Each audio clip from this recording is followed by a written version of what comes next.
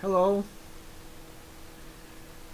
It's on a sad day note when Hollywood icon Burt Reynolds has died at the age of 82 from heart failure.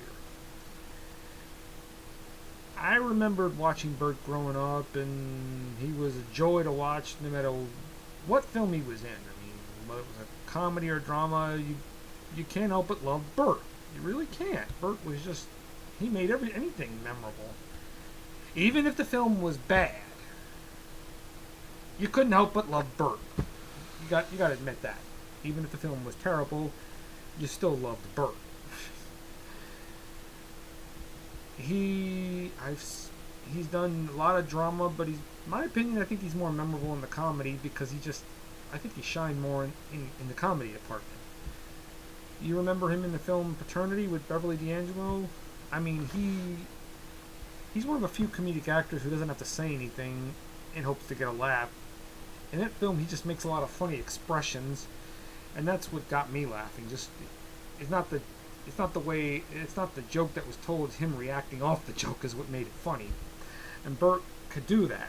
Very few comedic actors could do that, but Burt did it perfectly. And not to mention his pairing with Dom DeLuise in the Cannonball Run, which I think they were trying to create a sort of Abbott and Costello-like thing with those two in that film because those two had such comedic magic. They just played off each other perfectly. And then there came Cannonball Run 2, which was more the same. I haven't seen that movie in years, I don't know why they made that film.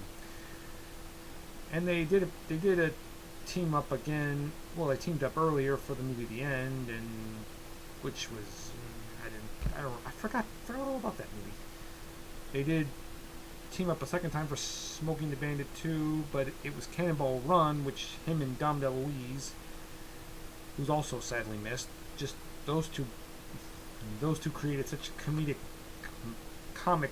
magic in that film. They just played off each other perfectly. And they also, I think they teamed up again in the animated film All Dogs Go to Heaven. And Don Bluth wrote the role of that dog Charlie in animated form and specifically for Burt. And that other character specifically for Dom. It was like, you forgot that it was animated, you just couldn't help but think of it's Burt and Dom again. But like I said, Burt proved he's just as good as a dramatic actor. Remember him in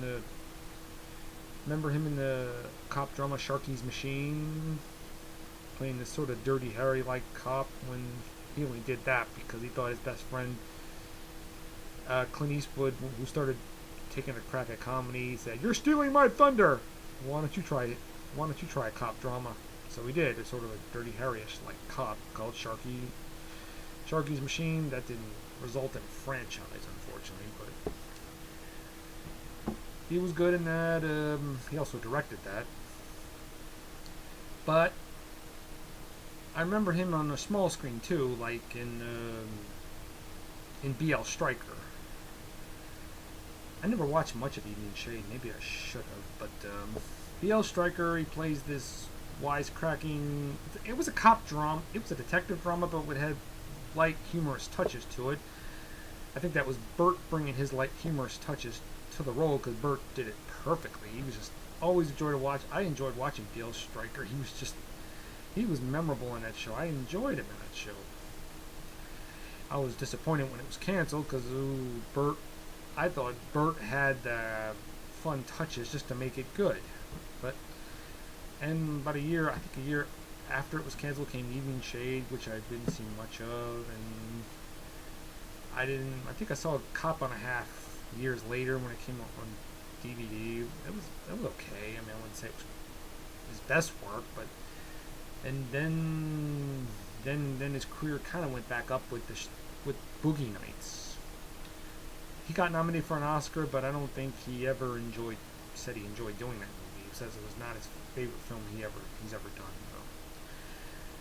But 4 years later came the gangster comedy The Crew with Richard Dreyfuss, and they playing another cast of characters. They playing retired gangsters, and was like Goodfellas meets Grumpy Old Man. Burt was funny once again in his role. I mean, he just he made you laugh once again. Burt does it again, and playing off all those other actors. Just you could just tell watching that film, they all had a good time. Yeah, we also, yeah, of course, Burt was always remembered for Smokey and the Bandit. I don't know if that was the inspiration for Dukes of Hazzard, maybe or maybe not. Which Burt would later play Boss Hogg in that film version. But he did have a relationship off camera with actress Sally Field for a couple of years, and sadly that went sour. I think Burt said, I don't think I loved any other woman the way I love Sally. I think he was sorry that relationship didn't go as well. Of course, he takes responsibility for why that relationship didn't go well. And he also starred in The Longest Yard in the 70s, and he starred in its remake. Now, he did not just have a small role or minor character in that film like some actors starring in their own remakes. No, he played a big, pivotal role in that film, which is not too often that doesn't happen often in remakes. I mean, he played a big, pivotal role. That was pretty cool. He didn't play the same character. No, Adam Sandler played his character, but he did play a big, pivotal role, and that was pretty cool. You know, when they claims Burt would disappear for a while and saying that and people would ask him, hey, where'd you go away? What happened to you, man? You just disappeared. And Burt would reply, well, I didn't go away, they did. Yeah. I don't want to go too much into the guy's personal life, but I'm not here to talk about that. I'm here to talk about him as an entertainer. He entertained us. He was just always enjoyable to watch. Like I said, even if the film was bad, you still enjoyed watching Burt. You did. Well, rest in peace, Burt Reynolds. We'll always remember you, even for that iconic laugh you did. Can't do it alone. Bye-bye.